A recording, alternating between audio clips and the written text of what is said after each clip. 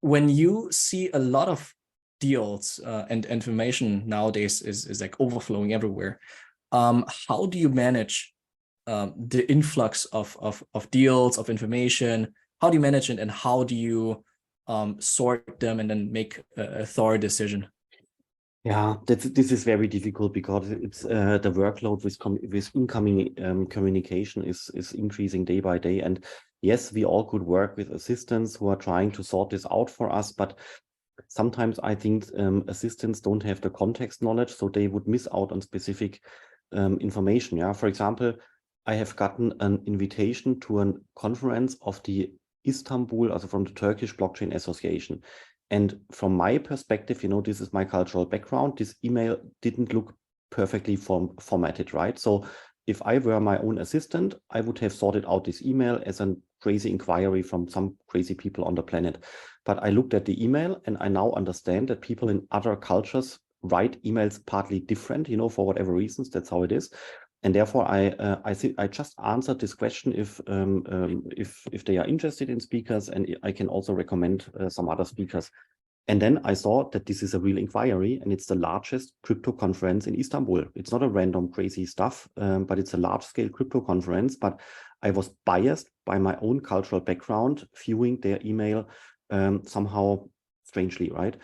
But just by replying to them, giving them a chance, understanding what's going on here, I saw that this is an amazing conference, and I proposed to them a couple of people which they could invite, at least from a German startup ecosystem, right? And actually, they now did invite 2-3 startups from Germany, and they are even paying the travel costs, right?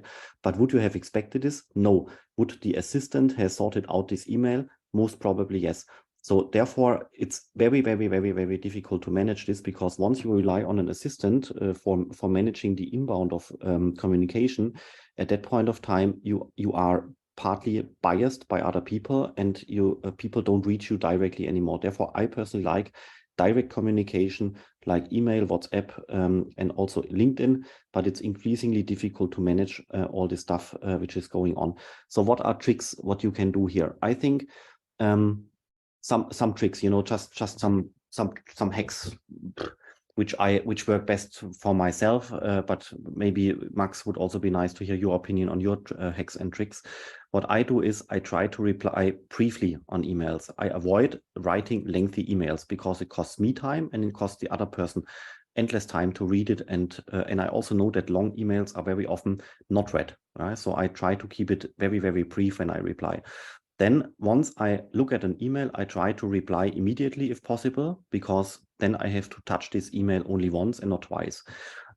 Also, I try to avoid, if possible, answering within a couple of minutes or seconds, because if the other person is doing this also, then you end up in this ping pong, which keeps you busy for half an hour. So sometimes it makes sense to answer emails only with a delay of 6 to 12 or even 24 hours, such that this high frequency ping pong between people doesn't occur, right? It keeps you busy. Then, for example, with social media, in case this is also some sort of inbound, in case you are posting something and in case people are then replying their feedback, then I'm very selective on engaging in discussions, because with discussions on Twitter and in social media, you also engage in endless discussions, which you cannot win. You might not be able to convince people. That's also not my mission, but you lose a lot of time with meaningless discussions. So I'm just selective there. I'm not saying that I'm not doing it, but I'm just selective there.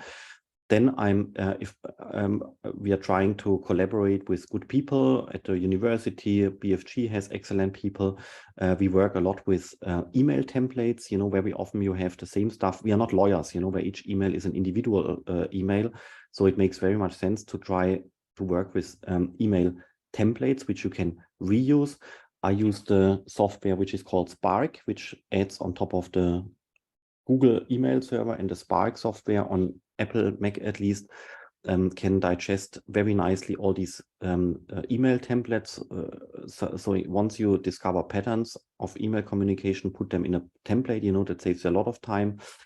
What else can you do? It's nice to receive emails, because then you can at least research them afterwards. Even in half a year, I can go back in time and analyze who has said what at what point of time. But for this, it's also sufficient to simply be CC. Yeah, I don't need to write each email myself. It's okay if other people write the email, but sometimes I'm happy to be on CC to at least have the paper trail in my email inbox, right? What else can I have as a good trick? WhatsApp is nice, but it also starts to be very busy with people sending many WhatsApps. But still, I think WhatsApp is good to briefly do chatting and coordinating things with close contacts, right? With close contacts, but with people who are not so close, yeah, like maybe another organization, people who I have not been dealing with. That's where email is better.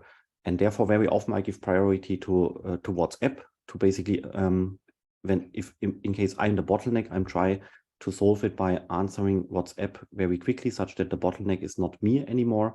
And in case then time is left, then I start with the emails. This works best. As I've said, don't answer right away. In case you touch emails, touch them just one, not multiple times if possible. Answer briefly to save time, right? But still don't disregard communication, right? Communication, doing it properly is so important, especially when people are working remotely all across the world, and communication and try to get the perspective of the other person. In case I'm sending now this and that, will it work? You know, did I really delegate the task, or did I just create more questions on the other side? So try to imagine on the other side where you're sending this email to, is this email really helpful, or does it just create chaos, complexity, and questions, right? This is something you can do with each email you are replying to. And then what else can we do? I'm not jumping on calls right away. I first try to have a look at things via email. For example, I'm not jumping on calls directly with a startup. First, I would like to see some written material like a pitch deck, because from the written material, from the pitch deck, you can infer whether the company is legit, whether the founders are doing a good job. And if they are not doing such a good job, then it would be a waste of time entering a call with them, because they just has 24 hours, right? You can't work more. And that's some of the heuristics, some of the tactics I do to manage this huge workload. Max, what about you? Thank you. About me. So first of all, a lot of what you said is I also do, right? Using shortcuts, using templates. When I receive pitch decks, I put them in my Notion board, which is like structured into have seen, is qualified, should schedule a call. So like I structure it very well so that I don't lose time. And also, as you said, the day only has 24 hours, and a few hours we have to sleep. So I also don't take on calls immediately. And I have to admit, every time I took on a call immediately based on a title, based on maybe the first few keywords in the outreach email, I always regretted it because it never led to anything.